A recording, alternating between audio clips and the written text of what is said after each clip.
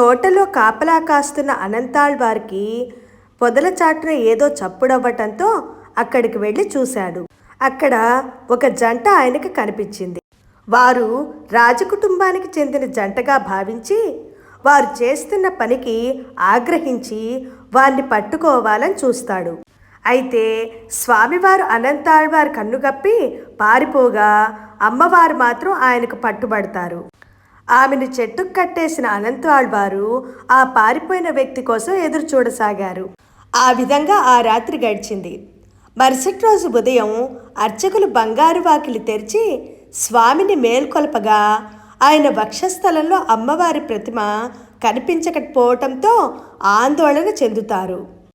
అప్పుడు స్వామి ఆమె అనంతాళ్వార్ తోటలో బందీగా ఉందని ఆమెను సగర్వంగా తీసుకొని రమ్మని అర్చకులకు ఆదేశిస్తాడు.